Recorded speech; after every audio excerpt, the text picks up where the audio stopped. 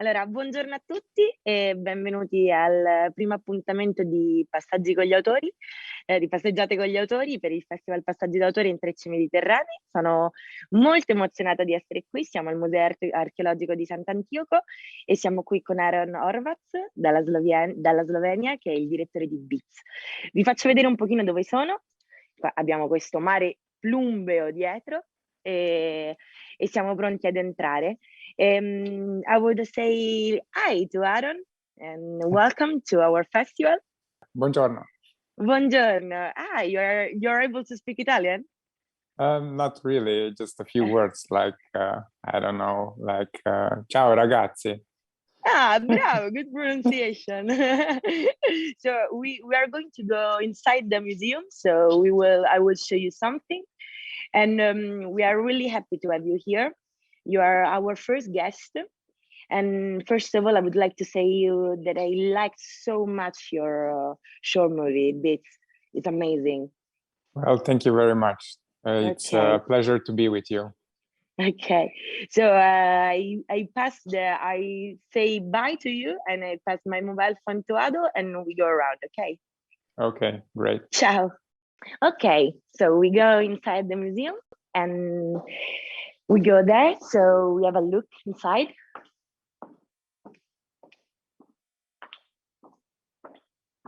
So first of all, I would like to ask you where you are right now. Well, currently I'm in Vienna, in Austria. Mm-hmm. I'm at home because here is the 11th day of the latest lockdown. And, and I'm working from home, editing some stuff. I work partly as an editor, so yeah. Okay, and are you like moved there or just like for a short period of time? Are you planning to stay there long? I grew up in Lendava, then I studied in Ljubljana at the Film Academy, and I lived there for 10 years in the capital of Slovenia. And now recently, at the beginning of the previous month in November, I just moved here for a little bit of a change, working opportunities. Yeah. Ok, I'm gonna translate per i nostri ospiti. Allora, siamo con il regista 𝗏𝗏𝗵𝗵𝗏𝗏𝗏𝗏 del cortometraggio 𝗏𝗏𝗵𝗏𝗏𝗏, che è per, diciamo, nella sezione Passaggi d'autore in 𝗏𝗏𝗵𝗵𝗏𝗏𝗏𝗏𝗏. Il nostro regista oggi è a Vienna, dove si è trasferito da poco, dopo aver vissuto per 10 anni a Ljubljana. Lui è sloveno ed lavora sia come regista che come editor, come montatore. E, è molto contento di essere qui con noi e quindi adesso iniziamo, diciamo, la nostra piccola intervista con lui. So, but we go inside because this place is amazing. It's is a museum that talks about like a very ancient settlement that was found here in Sant'Antioco. And I was told that this place, this little city, was the most ancient found in Italy. So it was quite amazing. And all the things we found here are things found in Sant'Antioco itself. Quindi per i nostri italiani invece questo è il Museo Archeologico di Sant'Antioco e diciamo sono tutti quanti reperti ed oggetti che sono stati trovati proprio qui nella città e sono reperti di un'antica città che è a quanto pare il centro abitato più antico d'Italia, a quanto pare è stato costruito ancora prima della costituzione della città di Roma. Okay, we go inside. This is a lion. It's amazing. It was found like in this way, and I think that like it reminds me of Bernini. So it's awesome. Aaron, I would like to ask you, like, how did you get to tell this story? Because it's a very profound story, very simple, very humble, and it's so strong to be told.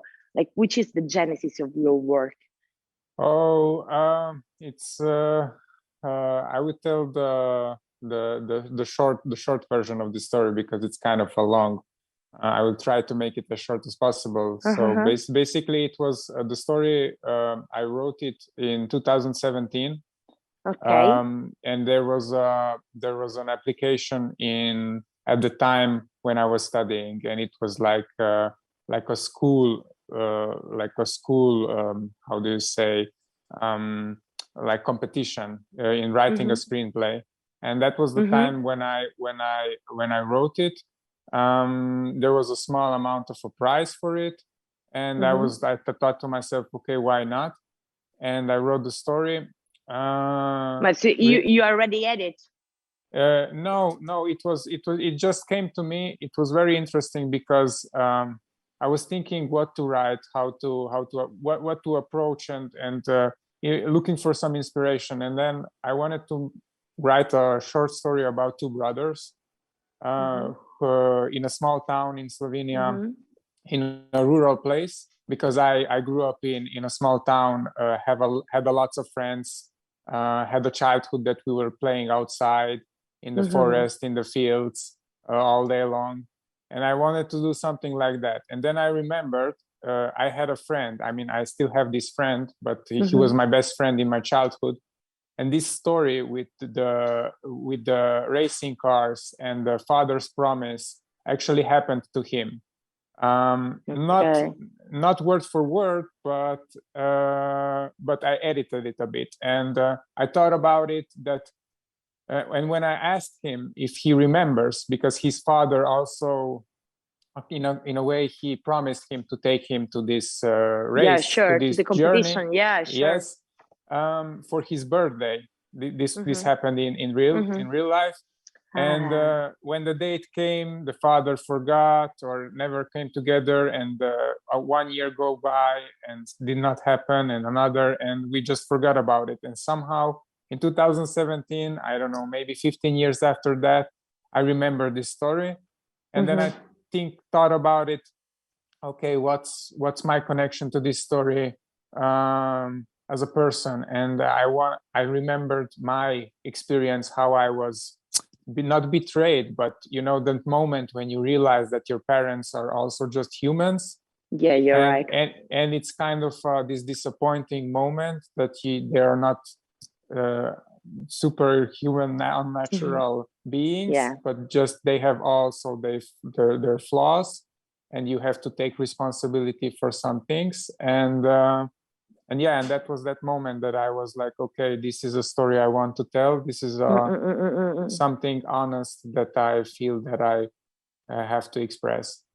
Yeah, it is definitely honest. Yeah, it is. Like, I'll try to do a little summary. Aaron decide di scrivere questo corto nel 2017 perché c'è una contingenza, viene fatto una sorta di bando per nuovi script, e ragionando sull'idea da raccontare gli torna in mente la storia dell'infanzia del suo migliore amico. Loro abitavano in una parte più rurale al confine con l'Ungheria della Slovenia, e si rende conto che era una storia molto forte e decide di raccontare quello. Poi quindi direi che il corto vince la selezione e quindi viene realizzato. Ed è importante per lui perché in un qualche modo aveva bisogno di raccontare una storia che fosse molto onesta, nella quale ci si rendesse conto che un bambino arriva ad un certo punto della propria infanzia in cui si rende conto che i propri genitori non sono just heroes, non sono solo eroi, ma sono in realtà semplicemente degli esseri umani. E ci diceva anche che la storia del fatto che il bambino doveva essere portato dal papà alla competizione di macchine è una cosa che è realmente accaduta al migliore amico di Aaron. So I was like very touched by the last scene, in fact, of the movie, in which our hero of the story arrived at the truck, and he find out that there is his father inside sleeping after being drunk all the night, but he is so deeply it's like the moment in which it changes. It becomes from a kid, it becomes an adult. Actually, in fact, your work is a coming of age, and I was so touched from it. And I also like so much the fact that he protects his younger brother. And I'm like, it's very nice. It's very strong. And I think it's kind of like a chain reaction in life, that exactly. that the moment when the mother, at one time in the film, the mother, when the boy, the protagonist Theodore, is asking that why she is not telling him the truth, the mother is is protecting him by not saying anything. And at the end, actually, he realizes, I mean, she's maybe right. not in that moment, but she's right, and he becomes he enters in the same position as the mother was before, because now he is not telling the truth to his younger brother. So it's kind of we take these responsibilities, and this is also somehow a little metaphor or a little bit of this trick that I wanted to do or play around with it, that we somehow become our parents, or we just, you know, even if we unintentionally, right? Yeah, you're right. Quindi Aaron ci raccontava che diciamo la scena finale del film è esattamente il momento in cui questo giovane ragazzo, il protagonista della nostra storia, si rende conto che la madre in qualche modo aveva ragione, e che questo padre non è invincibile come credeva, e che quindi, e quindi lui prenderà la decisione di proteggere il fratellino piccolo, e in un qualche modo segnando il suo passaggio, il suo attraversamento dall'essere bambino al diventare adulto. E quindi è veramente un momento essenziale per il cortometraggio e anche nella vita di tutti noi. Infatti questo corto 𝗏𝗵𝗵𝗵 è assolutamente, come dire, universale, è una cosa molto specifica ma è universale. Nel frattempo abbiamo cambiato sala. As you see, Aaron, we changed room and we saw all these hampers, and we are crossing the space, and we are going between a Phoenician period to a Roman period, so we are crossing the time. And it's a very pity that I cannot be there, and I will send this video to my sister, because she just started to study. She's 10 years younger than me, and she just started to study archaeology in Budapest. And she took her major as from the Roman period. So basically, well, she has to come here to join us. Aaron mi stava dicendo che manderà questo video alla sorella, perché la sorella, che è 10 anni più piccola di lui, ha iniziato da pochissimo a studiare archeologia e ha il focus proprio sull'arte romana, quindi deve per forza venire qui a Sant'Antioco a vedere questo museo, che credo sia veramente molto importante per in questa particolare sezione di storia. And I don't know, I would like to ask you, like, do you have any project for the future, or like, what are you working on? Actually, I have a couple of projects, and feature films. Last year, I developed a feature film on an international screenwriting, directing workshop. It's called First Film First, and the name of the screenplay is Lost Years. It's actually also. I'm sorry, lost or last? Lost years, like lost, they are gone, lost, ok, they're gone, lost forever. Questo film ha vinto un bando per il film di debutto in un qualche modo, che si chiama L'anno andato, quindi I think it's about like the pandemic, something like this. Yes. Yeah. So it's basically a road movie that takes place in Serbia. And it's about this lonely guy who just realizes that he has to go out from his small town and discover the world. So it's a little bit more, I think, it has this melancholic atmosphere to it, but I think it has more of like this positive vibe and feel good feeling. Okay. Beh, good luck. Thank you. And Actually, we just shot a no budget feature film this summer, and now I'm working on it to find some co-producers, and it's basically also a genre film, and it's called Overtime. So lots of work is happening.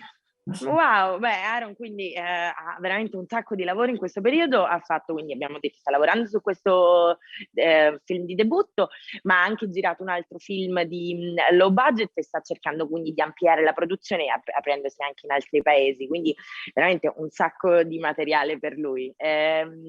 We go in the other place and then I will ask you one last question. So I am quite in love with all these like necklace and can we show them? Like they're amazing. We definitely want your sister here. No, dicevo, sono cose bellissime, sono di un'eleganza viste dal vivo, sono veramente stupefacenti le cose che sono all'interno di questo museo. So I have a difficult question for you, Aaron. I would like to ask you, which is your aim as a director? Qual è il tuo obiettivo, your goal, your like objective? Like, how do you see yourself like in 20 years as a director? Come ti vedi tra 20 anni come regista? Qual è il tuo obiettivo come regista?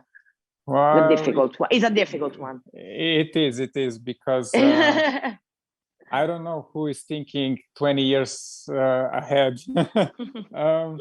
But no, my goal is I would like to have the freedom to express myself, to have the freedom to work uncompromised, and I think that's the word for it. That have this freedom, artistic freedom, that I'm in charge of my own projects, and to not to worry about money on the side. So I could be focusing on the story and of the cinema. So yeah, maybe that's the main thing that I'm. The freedom. Yeah. Like yeah. to be free. Creative freedom, yeah. Yeah. Quindi avevo chiesto appunto qual è il tuo obiettivo come regista e lui mi dice alla fine, considerato il fatto che sia una domanda molto difficile, detto che alla fine probabilmente avere una grande libertà creativa, probabilmente questo. Also, although is like the freedom is very dangerous for me actually. The complete freedom is very dangerous, because maybe if you don't have limits, you can go whenever you want, wherever you want, and maybe you cannot focus your creativity. But just my idea. In a kind of a way, I totally agree, and some kind of limits and are always welcome and necessary. But I think that in this moment there are too much limitations. Yeah, you're right. Yeah. You're right. So Aaron, it was very, very nice to talk with you, and I'm pretty sad to say you bye, but it was very nice, and I hope for you that you will be successful in everything you wanna do, and we can wait to have you here maybe the next time to join us in the next edition of the festival. Well, it was a pleasure to walk with you and to talk with you, and thank you for this extraordinary, awesome experience. Yeah, it's quite strange, isn't it? Also for me, it's the first time. It's nice to walk because it feels like you are in the same place actually. That's right. It's like that I'm talking with you. Stavo dicendo ad Aaron che è come se in realtà gli stessi parlando, sto parlando ad una telecamera, ma è come se lo avessi qui con me. Ok, so Aaron, very nice to meet you, and stai bene, buona fortuna. Thank you. Ciao. Grazie a tutti e ci vediamo per il prossimo appuntamento di Passeggiate con gli autori. A domani, ciao.